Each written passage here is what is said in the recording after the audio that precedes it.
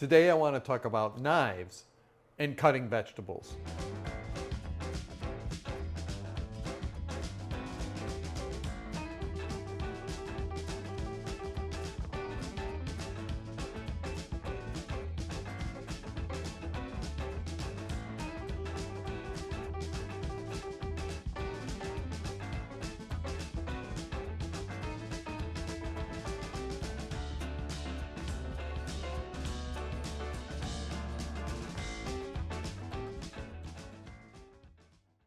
You really can't do plant-based too easily if you don't feel comfortable with knives and cutting of vegetables. It's a daily task.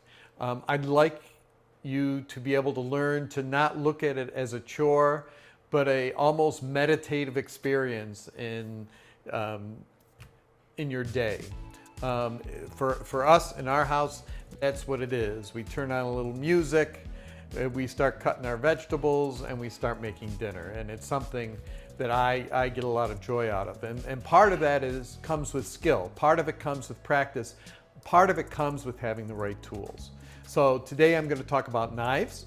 You really only need 3 knives in your kitchen: a paring knife, a chef's knife of some sort, and a serrated edge knife. I like a bread knife.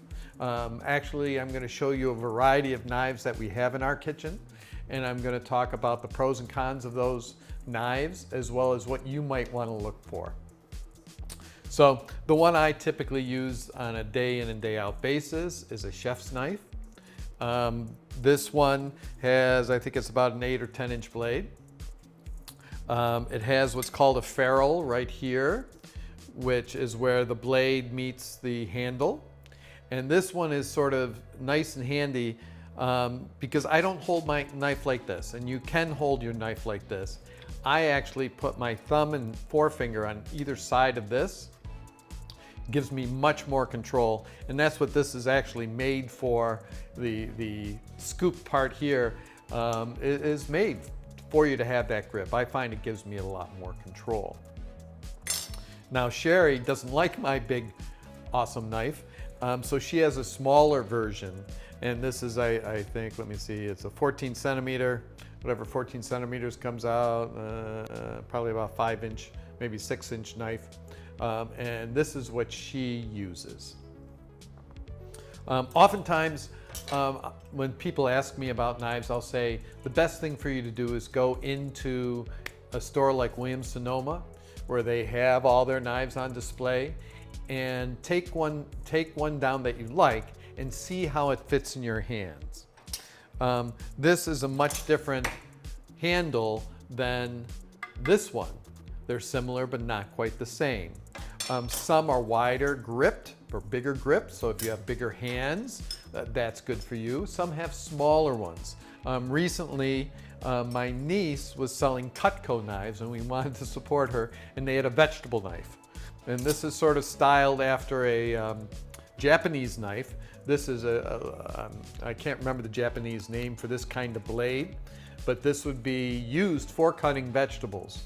What I personally don't like about this knife is the handle. I mean, it's very ergonomic, if I said that right, with the way the grip is designed, but I find it a little small for my hands, and I don't find it as comfortable. So really take a look at them.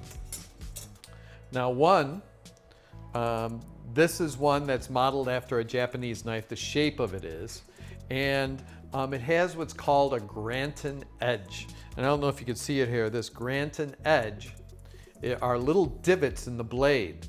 And what makes this so good is, especially cutting vegetables, I don't know if you've ever cut vegetables and like slices of cucumber and they stick to the side of your knife and you have to get them off. Well, this Granton edge creates a little air pocket, so when you're slicing vegetables like that, they just fall off. You don't have to worry about them sticking to the blade. So if you're in the market for a new knife, a new chef's knife, consider getting a Granton edge. A few years back, my sister-in-law gave me a ceramic edge knife. The advantage of these are they don't require a lot of sharpening. It's all ceramic, it's no metal. It cuts, it stays sharp, and it's perfect for cutting tomatoes, fresh tomatoes, and it has a very thin blade that's probably half the thickness of a regular knife almost. Problem with this is the blade can break, and that's what actually happened to the first one, and I replaced it and got a second one. So they're good for those kinds of things, but it can't take a beating. Okay, it'll just shatter, or not shatter, but it can break easily. So these take a little bit more care. You don't have to sharpen them as often, if at all, but they may break on you, where the other ones have to sharpen. The Cutco one that I talked about, this is a kind of stainless steel. It's very hard. You can send it back to the company to get sharpened. This is something you wouldn't really sharpen on your own. That's another plus or minus if you see it. It stays sharp for a long time. The knives I use most often, these are ones, they're stainless steel, but I sharpen them on a sharpening stone. Bread knife, like I said, nice sturdy bread knife comes in handy, especially if you make bread. And then all you need is a good paring knife. And I have a couple different ones. This one's a little shorter and very stiff. This one has a very flexible blade and a small blade in the tip, so I can get into the tiny places if I wanted to carve out or cut out things. So this is one that I use periodically. And I have one more knife. It was after travels, my foreign travels. I spent a summer working in a Japanese school and went to a Japanese market and bought this knife. This I actually like. It's very small, and what's interesting about the Japanese knives, you're basically only sharpening them on one side, instead of double-sided like most knives. But this is great. I use this a lot for cutting broccoli off the stems because I can get in there and it's a nice stiff blade. So that's it sort of for knives. You basically only need a paring knife, a bread knife, and a good chopping knife of some sort. Today what I want to do is go over a couple different vegetables and how I cut them and what you should be looking at. And hopefully this will help you. I know there's a lot of other videos out there on chopping vegetables. You can take a look at those. Some of them are very detailed. I'm just going to go simply sort of what I do to prep for a meal. Onions are always in almost every single recipe, so we're going to work with onions. People don't like onions because it makes their eyes water, and I learned this from a chef a couple years ago. That's because there's sulfurous compounds down by the root end, and when you cut into that, that releases those sulfurous compounds which make your eyes water. So you can minimize that by trying to avoid cutting too much in the end where it sits in the ground where the roots would normally come out. And I'll show you what I do to prevent that. Okay, problem with onions is they're round. So I do have to cut it in half. I cut it in half. A lot of times I will cut off the end where it would have grown out of the ground. And then I peel back that first layer of skin. So, you know, with this, you may say, gee, Doug, you cut through that bottom part. Yes, but I'm keeping that bottom part with the sulfurous compound down. Some people will also take a cold cloth and put it over there, and that's supposed to catch some of those sulfurous things. Some people chill their onions. Some people take a wet cloth to put them over. Those things are other ways you can work around cutting through that end or getting that. I even bought Sherry a pair of onion goggles, but they really didn't work. So trying to cut through the end root a little less often. You know, I have this facing down right now, so all those things aren't in the air so much, they're down. So that's why that works. Okay. Now the most common thing is to cut this into, chop it into little pieces, and I'll show you my sort of quick and easy down dirty way to do that. But another thing we should talk about is knife safety. So you don't want your fingers too far over and somewhere where they could get cut by the knife. And you don't want this hand anywhere near this thing. So what they say to do is to make the letter C. And what you're going to do is put the knife against those knuckles. So if you look at this angle here, if I have my fingers curled like this, the knife is resting against there's no finger out. Now if I put my thumb out and cut it, that's my own fault. Or if I have them a little down too far, that would be a problem if I'm cutting too fast. So the best thing to do is make that C, get your thumb out of the way, and you shouldn't have any knife cuts. So the first thing I do here is I cut little, try to make them even down the onion. So I've cut almost through to the end, but I haven't cut to the very end. I don't want to get all those sulfurous compounds in the end root. And now all I have to do, curl my knuckles and start cutting off my chunks. And as they come off, they just fall right into these little bits and little cubes. And that's all you need to, okay? So that's how I chop my onions. And then this end piece, you know, I'll just chop off a little more bit, leave that root there, and that's gone. Now when I do stir fries, I prefer my onions not chopped, but cut into strips. And I'll show you how I do that. This is actually easier. And you can control the thickness by how far you move your knuckles back each time with bringing the knife back. So when I'm cutting for a stir fry, or say I want some nice real thin onions for a salad, like a nice red onion, I'll use this method.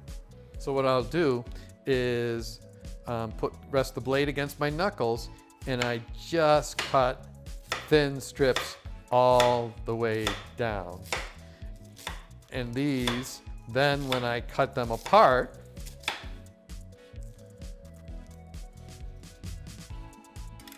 they're just rings. They're just strips like this. And they're nice as thin as I want to make them.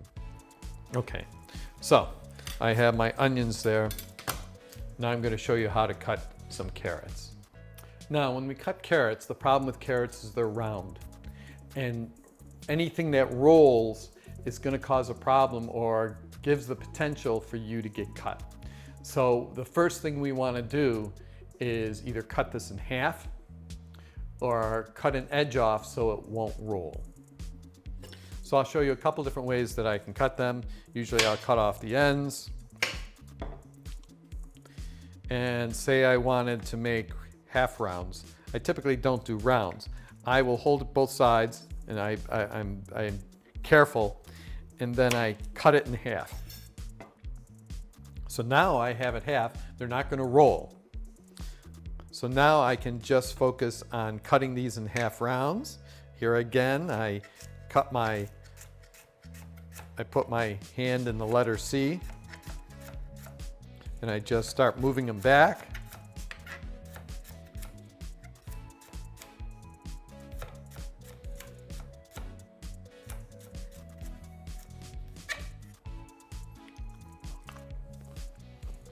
So there's that. Or you can hold it way back if you're afraid, and it goes faster. And here's something else I didn't talk to you about. It's not a chopping movement up and down. What it is a gentle rocking motion. Typically what happens with a chef's knife is the tip stays on the surface of the cutting board, and it's this rocking movement, almost like a seesaw movement going across, but the tip stays down. That also gives you more control over the blade, because when you start going like this, you don't have as much control and you're more likely to cut something. But when you're having this rocking motion, and you'll see it's more of an up and down movement, it's a lot safer. So, you know, if I'm afraid of getting my hand cut, I can keep my hand way back here, and I can just go really across it like this. Now there's many different cuts, and if you look online, there's many different cuts for different purposes. You can make real small chopped carrots, you can carrot halves, julienne carrots that you may find in a salad or in a restaurant. And like sometimes we like to make our own sushi, and I'll put carrots in the sushi. And if you ever vegetable sushi, of course, when you look at the profile, the side profile of a sushi roll, they're real small, julienne and intricately done. And I'm just going to show you basically how that's done. I'm not an expert by any means at this, but every time I do it, I try to get a little better. So here again, cut off my ends. But here I'll do something a little bit different. I'll cut the carrot in half, and what I'm going to try to do is turn this into a square. So I cut off each side, so now I have a flat side, so this won't roll. And then I go down each side. And this works real well with bigger carrots.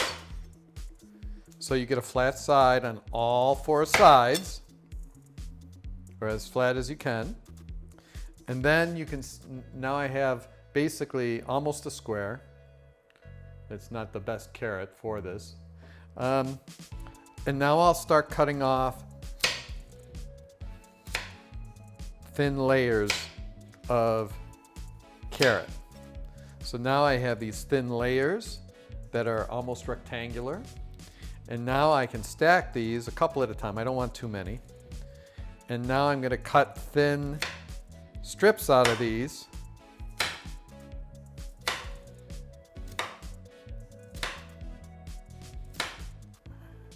So now I have nice thin julienne strips.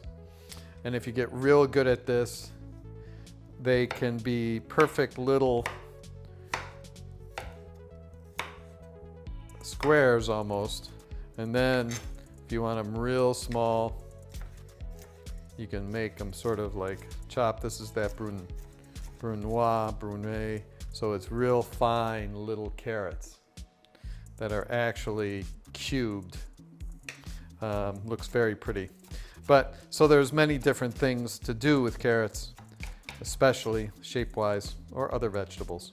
So this is just some simple ways of doing carrots, a couple different ways.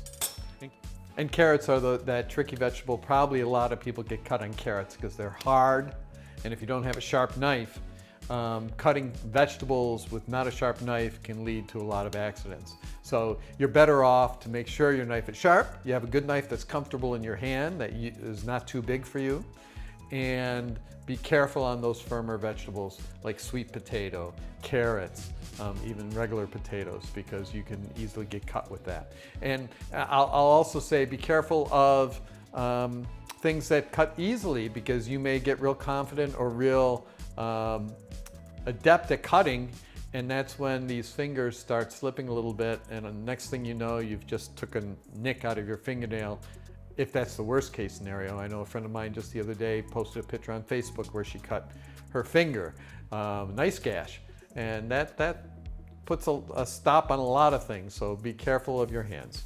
Okay, I'm going to show you one other vegetable, and it's a pepper. This is one that we had for a salad the other night, and Sherry started already cutting it.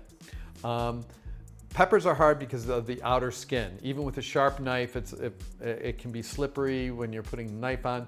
So I typically always cut my strips or my chopped red pepper from inside. So first I have to get rid of the outside. What Sherry likes to do is she will cut off all 4 sides like this around the stem. So she holds the stem, which really isn't a bad way of doing it, until she gets all the pieces cut.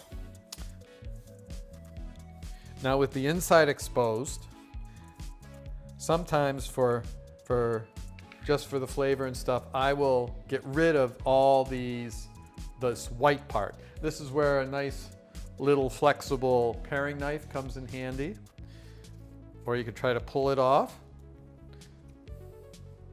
And I make sure all the seeds are out, especially on hot peppers because that will make the dish a little hotter. And be careful when you're cutting hot peppers too, because your hands pick up those oils, and you put it anywhere near your face or your eyes, you're going to have stinging eyes. And now I have all these strips. Now I can chop them into small bits for my mirepoix. For all soups have basic mirepoix, which is just onions, peppers, and celery typically. So you can buy mirepoix in the store to make your job easier, or you can cut it yourself. Now the other thing that another point I'll just make about cutting vegetables. If you are cooking vegetables and you're cooking them all at the same time, you want them basically to be the same size because then they'll cook evenly. So like with mirepoix, what I said for like a lot of soups, the onion, red pepper, or onion, pepper, and celery. You want them all the same size so they'll cook all the same time. If you're doing a stir fry, you don't want big chunks of things that are going to take too long and little things that are going to cook real quick. And typically what I'll do with my stir fry is I'll start with my onions and peppers, and once they start cooking, I'll throw in the garlic because I don't want the chopped garlic to burn too quick. And then I'll add some of the other vegetables that do take a little bit longer, or they're a little bit bigger. Onions and peppers, they can cook a little longer, while something like zucchini or something like broccoli is cooking. So it's a quick process. I'll probably even show you a video on a quick stir fry that you can do. So hopefully, I know it's quick, it's simple, but I really want to encourage you, your knife is your friend. Get used to doing it. It'll make cooking time quicker, more enjoyable, and hopefully safer. Have a great day.